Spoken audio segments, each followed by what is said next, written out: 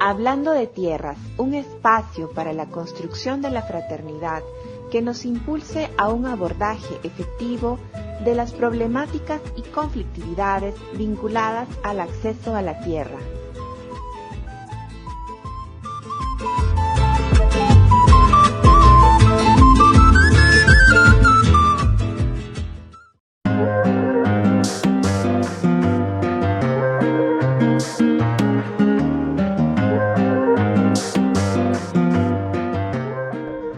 Hola, soy Vicente Guerra, comunicador social colombiano, y acompaño las comunicaciones del Programa Latinoamericano de Tierras. Hoy les presento a uno de los integrantes de la red. En esta ocasión, en Hablando de Tierras, estamos con Alejandro García Pedraza,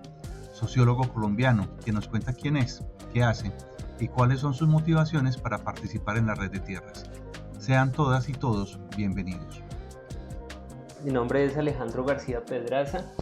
Yo soy sociólogo de profesión, tengo estudios de maestría en Territorio, Conflicto y Cultura de la Universidad del Tolima. Y bueno, desde el año 2010 estaba muy vinculado a los procesos de resistencia, sobre todo desde los movimientos socioambientales o ambientalistas. Ya habían colectivos universitarios que estaban generando procesos de investigación y de reflexión y acción también por el proyecto minero La Colosa regional de la multinacional Anglo-Gold Ashanti. Esto me llevó a generar un proceso de vinculación, de activismo desde un colectivo universitario que también trabajaba por el tema del derecho a la educación pública, gratuita y de calidad. Entonces, en el año 2010 creamos el Comité Ambiental en Defensa de la Vida, ya como un espacio no solamente universitario, sino ciudadano. Este trabajo de activismo, ¿cómo se encuentra con la gestión de Pax Christi? Ahí en el año 2003, en el marco de esto, es que conocemos precisamente a Pax Christi Internacional, especialmente a Marta Inés Romero, la coordinadora del programa para América Latina y el Caribe, pero que actualmente también es la secretaria general del movimiento a nivel global. Y la vinculación con Pax Christi Internacional a este movimiento, a esta organización, fue precisamente en el fortalecimiento de capacidades, especialmente a partir del enfoque de la no violencia activa, para promover la transformación de estos conflictos. Y esto fue bastante interesante porque en el marco de la resistencia muchas veces se genera un proceso de contestatario, ¿no? Un proceso de rechazar con argumentos, porque pues hay alianzas con centros académicos, con investigadores que abren el panorama frente a cuáles son esos posibles impactos de un proyecto a gran escala, más aún cuando se ubica en zonas de media y alta montaña, de economía campesina, de grandes afluentes de agua. Este enfoque propuesto por Pax Christi, ¿qué efectos tiene sobre las organizaciones que participan en el proceso? Cómo esto sirve para fortalecer lo organizativo, el tejido comunitario y para poder ver este conflicto como una oportunidad de cambio, una oportunidad para poder mejorar las condiciones de vida. Esto fue importante precisamente porque ayudó a potenciar también la visión integral, la visión espiritual, holística de este proceso, en el sentido en que también se valora y no se lleva a una discusión netamente técnica en términos de el buen manejo o no del uso industrial de un proceso minero, sino también otros factores que están en riesgo, que hacen parte esencial de un territorio, como es la cultura campesina, como es la memoria del territorio, como han sido las historias, el relacionamiento, la construcción histórica que ha tenido en este caso Cajamarca, Entonces, desde el año 2010 al año 2021 hice parte de este movimiento, también fui director de la corporación SOS Ambiental. ¿Y cómo se profundiza esta relación con Pax Christi y este enfoque articulador de lo humano, lo técnico y lo espiritual? Ya en el año 2022 me vinculé al movimiento Pax Christi Internacional como asistente del programa para América Latina y el Caribe, y he estado ahí aprendiendo bastante de los diversos procesos y experiencias con los cuales el programa trabaja, que tiene articulación en 7 países con 9 copartes. Está en México, en Chiapas, ahí está el Centro Fray Bartolomé de las Casas, Fraiba, está Digna Ochoa, el colectivo Samuel Ruiz, está Zipas, en Guatemala con Fregua, está en El Salvador con la organización Tutela Legal Doctora María Julia Hernández, está también en Colombia con SOS Ambiental, precisamente en el Tolima, con JPIC de la Conferencia de Religiosos y Religiosas de Colombia, el colectivo Hilos de Vida en el Putumayo, la Amazonía colombiana, que se resisten también a un proyecto de cobre. Está también en Perú, tenemos articulación con la Asociación de Derechos Humanos y Medio Ambiente DUMA en Puno, que trabaja con todas las comunidades indígenas aymaras y quechuas de esta zona de Puno,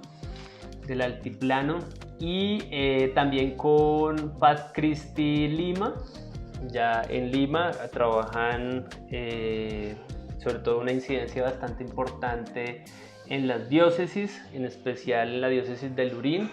precisamente alrededor del cuidado de la ecología integral alrededor del río Lurín. Y también con los SERPAC, Servicios de Paz y Justicia de Chile y Paraguay. Chile, un trabajo muy importante en Quintero y Puchuncaví, que es una zona mal llamada como zona de sacrificio, y en SERPAC Paraguay, en Asunción en los Bañados, que son estas zonas que son ocupadas por comunidades muy vulnerables, de escasos recursos, empobrecidas, pero que por los procesos de gentrificación se centran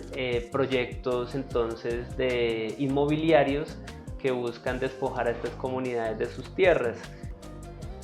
¿En qué se parecen las acciones e impactos de las actividades mineras e inmobiliarias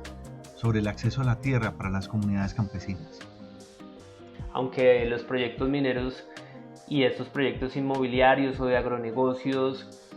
tengan un manto de legalidad,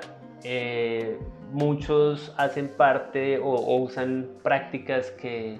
generan en el marco de esa legalidad la violación a los derechos humanos, y de ahí la importancia precisamente de la promoción de los mecanismos legales y jurídicos para la exigencia de derechos, pero también la importancia para poder hacer incidencia política en términos de transformación de normatividad para que no beneficien a las empresas en el marco de lo que se denomina la captura corporativa, sino que mantengan la esencia de la protección de los derechos humanos de las comunidades. ¿Cuáles son los derechos que se vulneran para las comunidades por parte de este tipo de proyectos? ¿En qué términos? En garantizar el derecho a la salud, el derecho al agua, el derecho al ambiente sano, el derecho a la participación y a la toma de decisiones sobre su vida en el territorio, es decir, estamos hablando ahí de autonomía territorial, y también en el marco de garantizar y promover los planes de vida de las comunidades y de los diversos sectores, como por ejemplo el campesinado, que ha sido uno de los sectores también muy golpeados en el caso colombiano frente al tema minero, pero también desde luego a nivel regional. Y desde luego con las comunidades indígenas, que pese a que el convenio de la OIT busca promover y garantizar el respeto en su autonomía en sus territorios, el derecho a la consulta previa, libre e informada se ha vuelto un mecanismo más protocolario que un ejercicio realmente garante de derechos de estas comunidades que en ambas, y se resumen también como en esa posibilidad del derecho a decir no a la minería, no al extractivismo, no a los hidrocarburos, no al agronegocio, pero que esto no se vea como un ejercicio negacionista, sino que también se vuelva como una oportunidad de reconocer y decirle sí a los planes de vida, a los planes de desarrollo que las diversas organizaciones, comunidades han elevado en términos de conservación, en términos de turismo, en términos de mejorar la calidad de vida a partir de otras lógicas que no son esas lógicas desarrollistas del capital.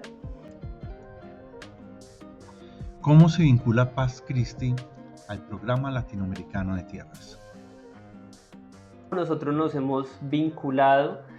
al Programa Latinoamericano de Tierras a partir de una invitación muy importante de Susana. Nosotros vemos que este proceso de la red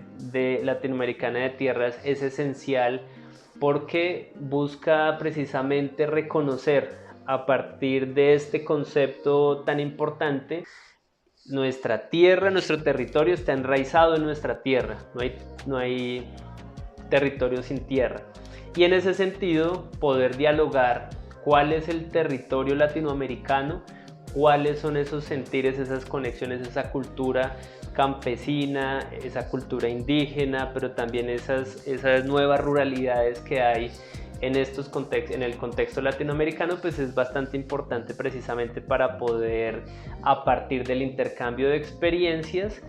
conocer cuáles son esas propuestas y alternativas en los marcos de procesos de liberación, entendidos como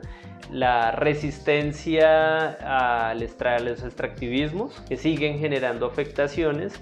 y cómo también promover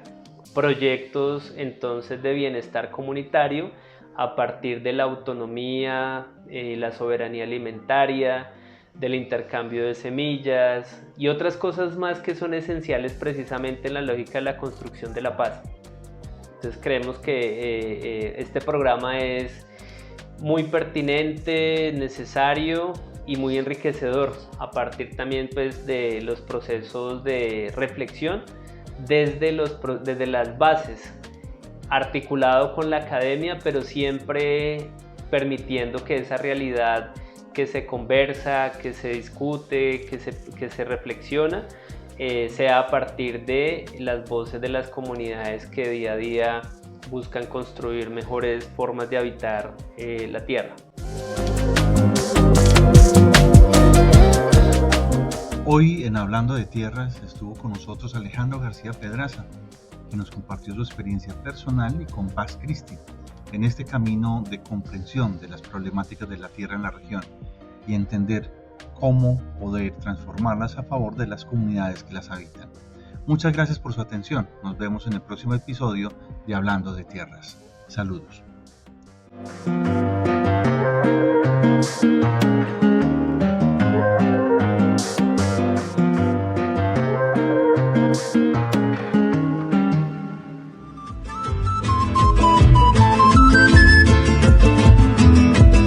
Hablando de Tierras es una producción del programa y de la Red Latinoamericana de Tierras,